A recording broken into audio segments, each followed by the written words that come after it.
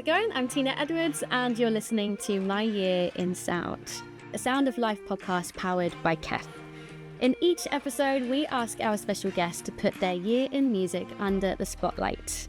We explore everything from iconic album releases through to unforgettable live shows, all kinds of music memories entwined with personal experiences and anecdotes. What's more, they'll bring in 3 personal items to help illustrate their special year in music.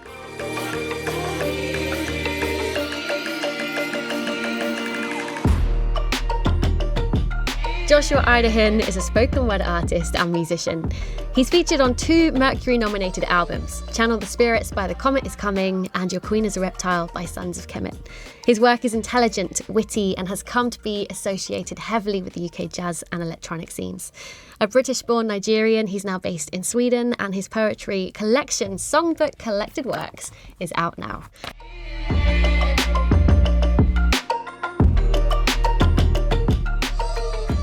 Joshua Idehen, welcome to My Year in Sound. Oh, thank you very much, Tina. Good to have you here. Good to have you in the space. We've been singing so much in the prep for this. This is something we've been doing, yeah. We might have to sing the whole thing. In our heads, it sounds like that Buffy the Vampire episode, but outside, yeah, I don't think we're going to knock it. I don't think we're going to knock it out. That's fine. We'll see if the vibe feels good later. If the vibe comes, we should take it there, but we shouldn't make it a thing. We'll listen. Okay, yeah, we'll listen out for that feeling. Natural. Songbook comes out today. Yes. At the time of recording, which is very exciting. A huge congratulations. Thank you very much. How does it feel to have this beautiful piece of work, which is full of intelligent, witty poems? It also includes Mum Does the Washing, which really pulled me in and is having a moment that we'll talk about later. But yeah, today is the day. Yeah, today is the day. It feels really good. I was saying this earlier that this is the first time that I've actually managed to achieve a bit of critical acclaim and also commercial success. Because for almost all of my career, it has been, with the exception of like my features and when I'm working with more established artists, it has been critical acclaim, like, you know, from a small subset of fans, family, friends, peers. But in terms of the wider, I'm kind of like an unknown in it. So that's always been something that has been kind of like, it's just been there in the background, and I've made my peace with it in more ways than one. You know, I'm kind of like, yeah, you know, it's all a step, it's a journey. It's kind of like the modern life, not just the life of an artist full stop, unless you're one of the 0.001 lucky ones. So it is really surreal to have something out, and before you've even released it, like enough people are really into my stuff that it sold out on pre-orders. That's just never happened to me before. And yeah, I'm gassed. I'm overwhelmed. I just flew in from Stockholm today. So what's it called? Yesterday I had a bit of, was it yesterday? Was it yesterday? Yeah. It was yesterday. So I had a bit of a cry, and it was quite nice. Oh, a happy cry. A happy cry, yeah. Just kind of like sat there thinking like, rah, you know, Things are happening. Things are happening. This is kind of what I mean, more than anything is like the fact that people are connecting with the work, you know, in the way that I always hoped it would. Like speaking to my therapist, what you want in life is like to be understood. Really, is it? That's the thing that always hits for me. It's like I want to be understood. I want people to hear me speak, and to get what I'm saying, to get how I'm feeling in that. And all of my works, everything I've ever made, has been pointing to that one thing. What do you want people to understand about you that you think maybe doesn't always hit immediately? Just who I am, how I feel about certain things, you know, how I feel about being alive, being a man, being a black Nigerian man, how I feel about my body, my surroundings, my history, my family, my sexuality, all of my flaws, my many flaws.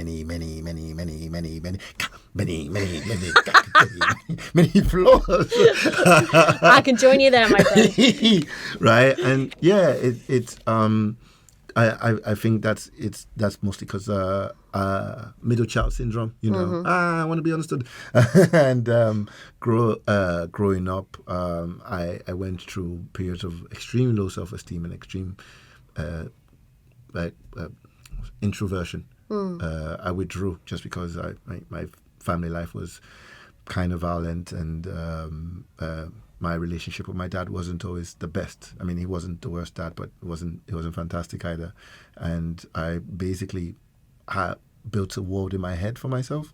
And so when I got to the point where I wanted to kind of like talk about it, it's just something I've been yearning for. Oh, also, like I've spent a large part of my life being an outsider.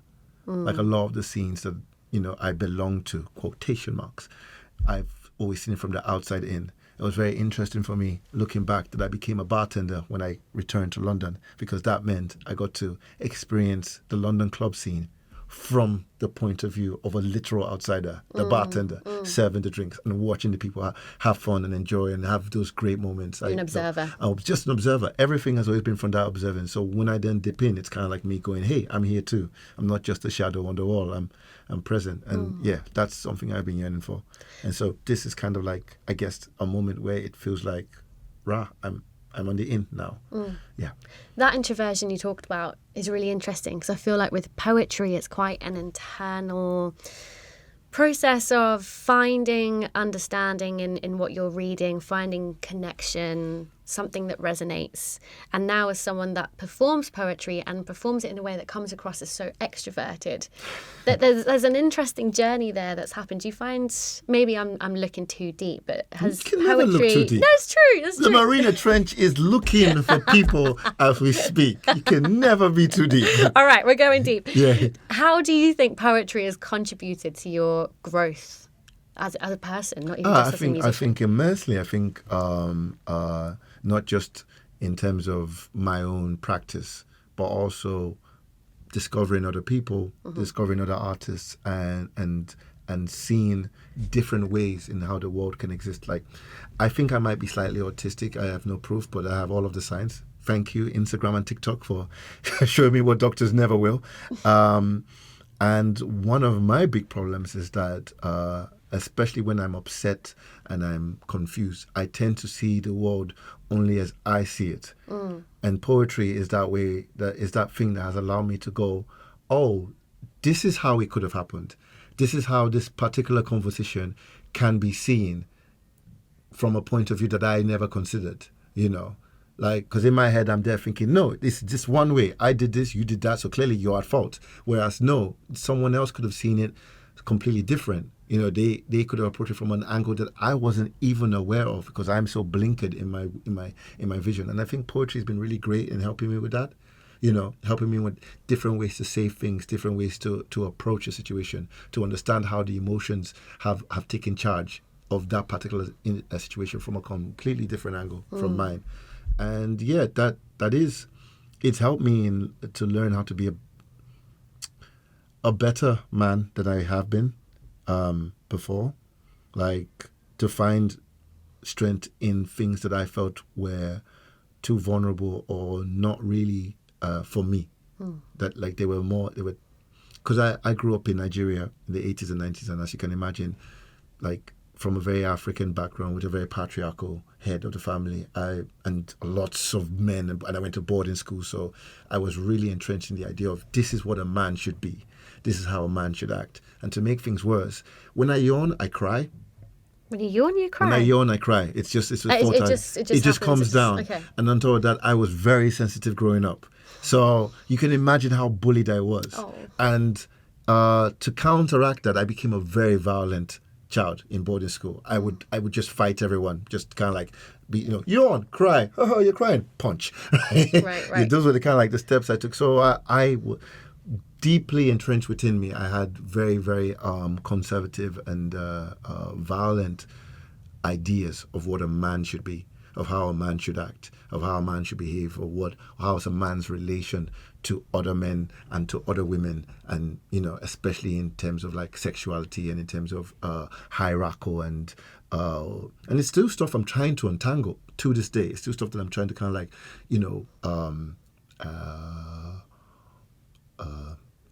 deconstruct and diffuse. And I think poetry has really helped in that. I was speaking again, talking to a friend, and we were talking about like how for me growing up, I probably ended up in poetry because at the time hip hop wasn't engaging in the feelings and the mindsets that poetry was. Like, I could not find a hip hop song that was doing to me the things that He Wishes for the Clots of Heaven by W.B. Yeats was doing for me.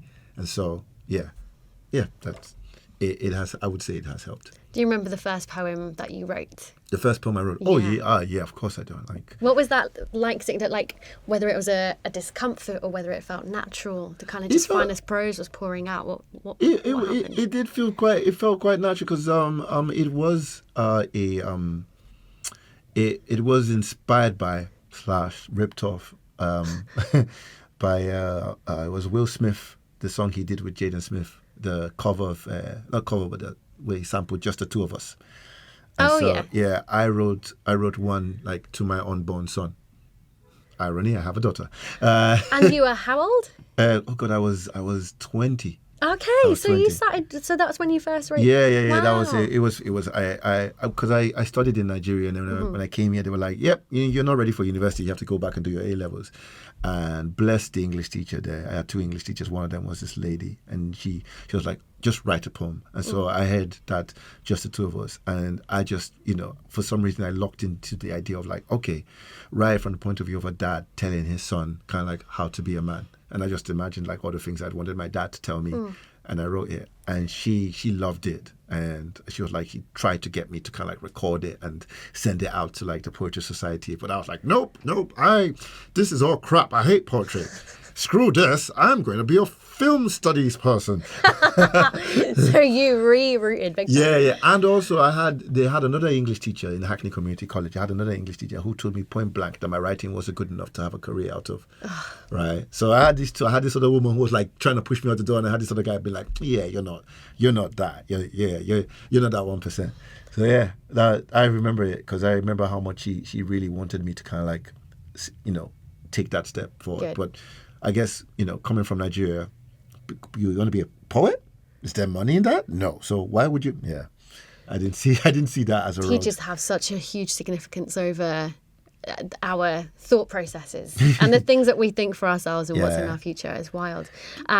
Let's talk a little bit about Mum Does the Washing, which has, a lot of your fans, your long-term fans, will know that this moment has been coming. You've had a lot of great success with lots of things so far, but it feels like that track has particularly hit a sweet spot where a lot of BBC radio presenters and community radio hosts, just everyone's kind of talking about Robbie Williams. Is talking about it, has followed you and like commented his own lyrics off the back of it.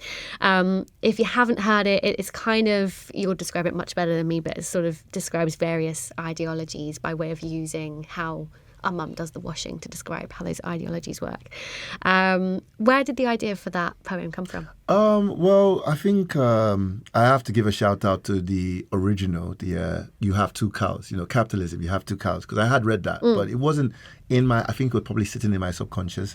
What happened was there was this thing called Gamergate back in 2015. It was called Gamergate, and it was basically a right-wing push to remove feminists, black people, and trans activists from video games. And it was very, very, this was a time when Twitter was like a real social page, and people, were getting run off, or they had the Arab Spring happening. And so there was a real concerted effort to remove all of the feminists and all of the black people, and, call anything that had like a black protagonist in video games woke, or SJW, which meant stood for social justice warrior.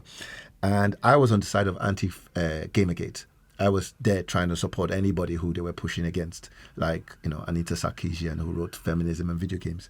And at the time, Twitter was and basically what we did was like, they would dogpile on someone or feminists, so then we would just kind of like put up, messages of support, and then we would argue with each other, and then we would throw memes at each other and blah, blah, blah. And we're standing up against the bad guys. Yeah. And at a time when the threads would go longer, back then Twitter was 140 characters.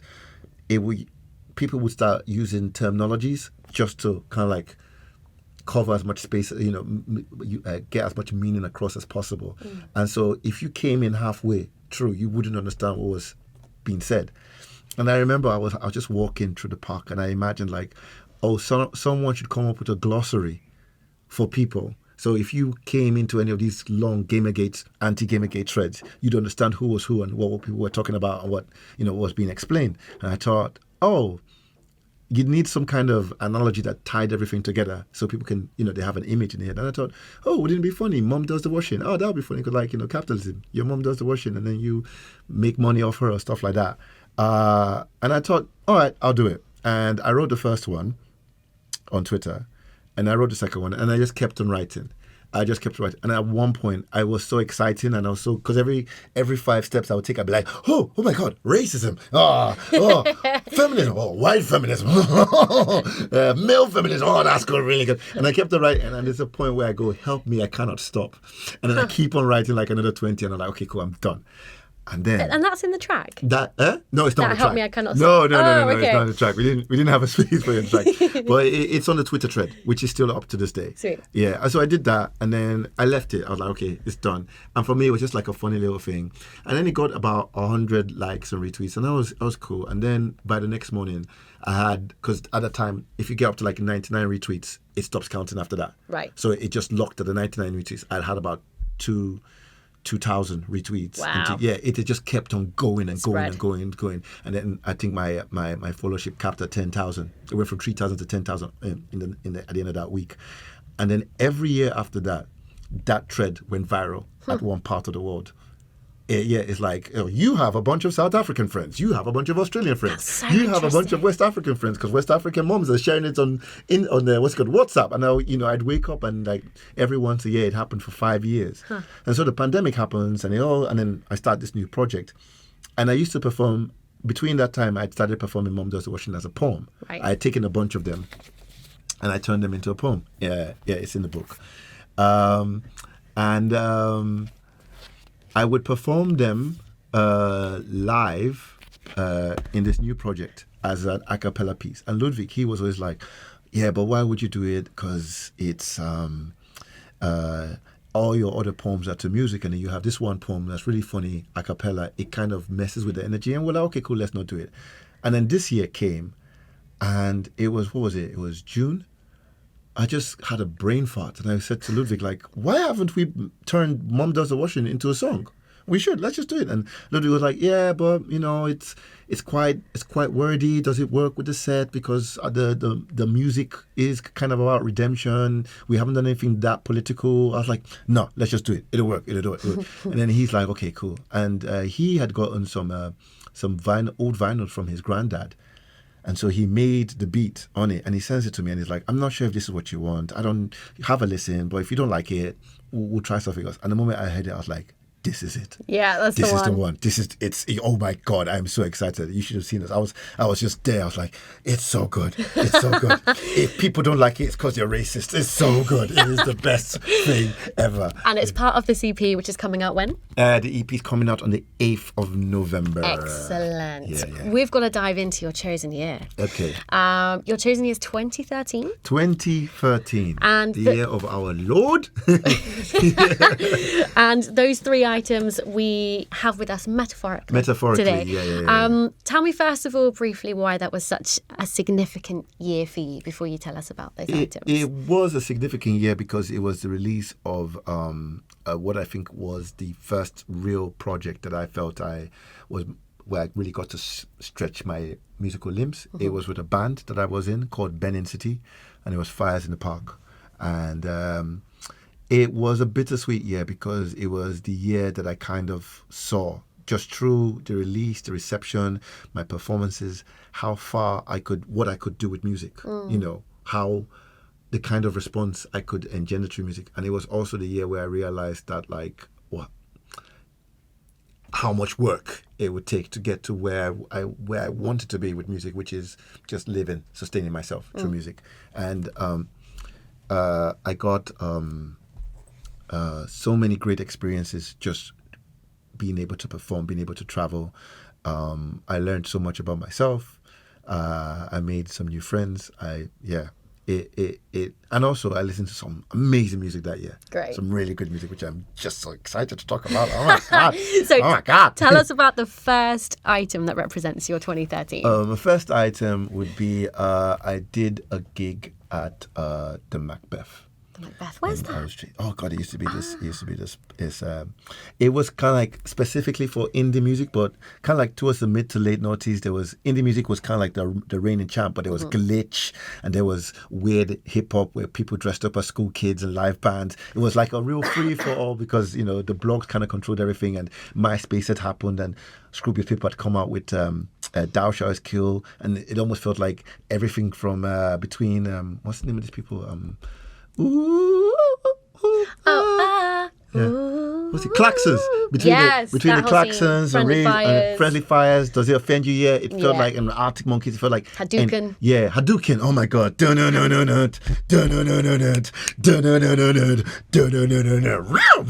was some serious headbanging. It was the era, and it felt like almost anything is possible.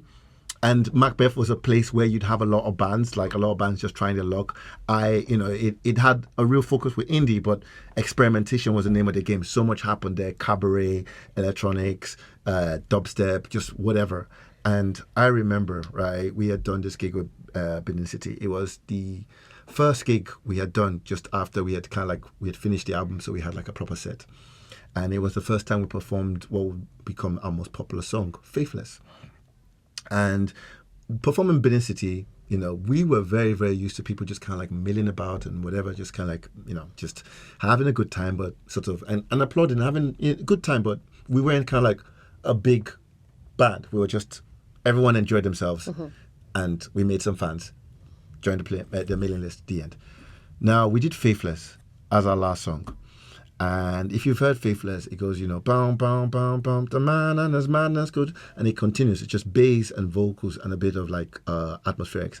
And it goes on. And just before the second half of verse 1, the drums kick in. And live, when that happened the first time, the entire audience went, "Whoa!" And we were like, "What?" Eruption. And we were like, oh, okay. How far can he go? And for us, if you recorded that show, you could see me and Tom Leap, the saxophonist. We both looked at each other with a big smile on our face, going, "What's going on?" We were like, people are dancing, not shuffling. And it's the only song in our set that did that. It was the only time it did that.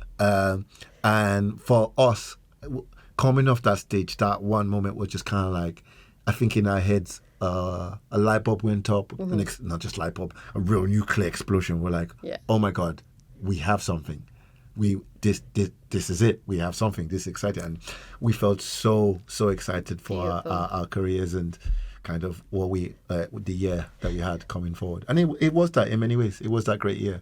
So what was the item that represents that moment? Something you've got at What home was the item? It would have been the flyer. It would have been the flyer, yeah. It was like it was one of those, it was a very mad flyer. You could tell it was made on like someone's computer. Yeah. And he didn't really know what it was doing because it was like, clip art situation. Yeah, very, very much so. Very much so, jagged lines. And it was like, I can't remember who was the promoter again. And it was like, this artist, Benin City. And there was a plus at the end as well. And, £7, £5 for students. Yeah, it was a proper Wednesday night flyer. Boom. Yeah. And tell us about your second item. Second item would be, again, another flyer. But this would be a flyer for an e-flyer for In the Woods Festival. Now, In the Woods Festival was a festival I campaigned so much to get into, and I finally managed to make it into in 2013. It was in a farm, but it was so well made, right? It had 2 stages. One was like an amphitheater kind of space, right? Outdoorsy, just kind of like sliding down into the gig. And the other was this kind of like quiet, more acoustic space. And the thing was, it was the first festival I had been to where both stages were not playing music at the same time. Great. So when one was playing, the other one was setting up. And when that one, and then they just crisscrossed over each other, which was perfect, right? And then you just know the curation is on point because everybody just wants you to pay attention to that one act that they believe in. They did not tell people who was performing. They were like, tickets are for sale, come if you're coming. That's it. That's your jam, right? So we went in, like, it was such a hectic thing because I came from a different place and Tom came from a different place, and then Theo, our drummer, he was stuck in transport and it took him ages to come down. But we made it. We did a sound check. We did our gig. It was fantastic. People loved it. Faithless went off. Everyone was screaming. We were walking around the stage just like literally like king of the roost. The whole festival, people would come up to us and be like, I saw you perform. You were great. We're like, yeah. And it was really kind of like very, very vindicating because we had tried for so long to get to that festival. So like, we're here at our best and we rocked here. So don't you feel bad? And I was convinced no one would top us that whole festival. That's a beautiful feeling when you work so hard to get there and you know that you've just smashed it. Until I saw Young Fathers. And that changed everything. Until I saw Young Fathers. They were having a big moment. My partner at the time, Charlotte, she was like, oh, there's one act I want to see, Young Powers. Let's go check him out. So we went down and I stood at the front. And obviously my partner, you know, she was a music head. And me, I forever was just trying to impress her. So when she said she was there to see someone, I was folded. I was just like, okay, let me see what these guys got. And from the first song to the end, it was like I'd reached the peak of the mountain and then, you know, the mist there just cleared and it turned out I had more mountain to go. And it was kind of like after their mixtapes, so they were hungry. It was 3 of them, backing track. They were hungry. They did this thing where they all stood at different parts of the stage and they all just ran and they all stood at the center. Just stood in front of this microphone and they all just kept, it was so good. That sounds magical. The Queen is dead. Oh my God, that I came off and then, you know, Charlotte turns to me and she goes, they were good, right? And I was like, and then we had a divorce. No, that wasn't the reason. The Young Fathers are all behind it. Yeah, that wasn't the reason. But I was flawed by that. So yeah, that's my second item. Beautiful. And tell us about your third and final item. My third and final item was the end of 2013. I would loved to go through the Guardian newspaper for their best of. What I do is I avoid, I think it's top 50, and I avoid 25 to 1 because I feel like that's just popular stuff. I want to go for the stuff that they're clearly just packing it in and using the hype stuff to give it a bit of, to give them a bit of shine, a bit of sunlight, and that's what I look for. And what I especially look for is the writer's personal top 10s because I feel like that's where they really let loose. That's where you get all the weird jazz stuff. A bit more freedom. Editorial freedom. And so there was this one guy who was just like, Stromae. I don't know why people, the English-speaking world is not into Stromae. He is definitely the future. He's like the French Kanye West, but without any of the baggage. And for me, like, Kanye West, but French? Yes, I'm into that. Kanye without the baggage. Yeah, I'd heard him before on Alors on Dance. I'd heard him, but I hadn't heard anything since then. I didn't even know who he was. I hadn't connected the 2 songs. So then I go online, right, and I discover, I think it's Toutes les Mens or Toutes les Femmes. And it's this amazing music video where he's basically kind of like half of him is dressed like a woman and half of him is just like a man, and he's in this set where he turns halfway through the camera and he's the man facing and he's talking to this female partner, and then he turns the other way and he's female facing and he's talking to this male partner, and it's clear it's about relationships, and it is the most inventive thing you have ever seen. I promise you, it was the most inventive thing I've ever seen myself at the time. And that wasn't even the killer. The killer was Papaoutai. If you have not heard Papaoutai by Stromae, turn this podcast off, pause it, pause the thing, go and listen to the song and come back, because my God, what a song. Like, it is, do you understand how hard it is for lyrics to slap after they've been translated?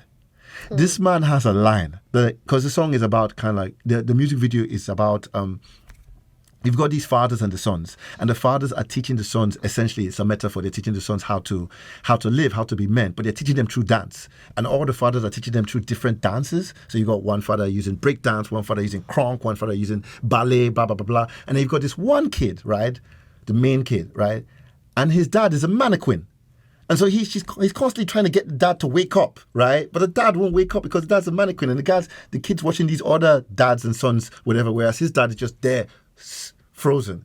And the song is based Papaoutai's Father, Where Are You? And it's got this line, any man can be a father, but it takes a real man to be a papa. Boom. I'm done. I'm done. I heard, I'm slapping the table. I'm not supposed to. I heard that line, and I'm telling you, Tina, I was like, I called up Tom and I told him, scrap everything we've written. We have to start again. If I'm not as good at this line, then there's no point. That is There's no such point. a powerful call to creativity. The fact that you've found that track, that moment, and just thought, I'm up in my game. Yeah, I can do more. It was pretty much, Radiohead seeing the Pixies kind of moment. You're just kind of like, if this is what I'm up against, I can't be coming with A plus B. I can't, you know what I'm saying? I can't be saying, love yourself. I have to step up. You got to dig deep. I have to dig deep. So we've got 2 flyers. We've got The Guardian. I know I need to let you go. You need to get to something very exciting with Six Music, which I'm sure will be out by the time this drops. It's been beautiful to have you on the show. Thank you so much. Thank you very, very much. Your EP is out soon. Songbook Collection Works is also out. And you've written a gorgeous poem as well for Listen London, the zine, which should also be out and about in stockists when this drops as well. Yeah. Beautiful stuff. Joshua, thank you for being on My Year in Sound. Oh, thank you for inviting me down. Be excellent to yourselves and to each other. Stay that way.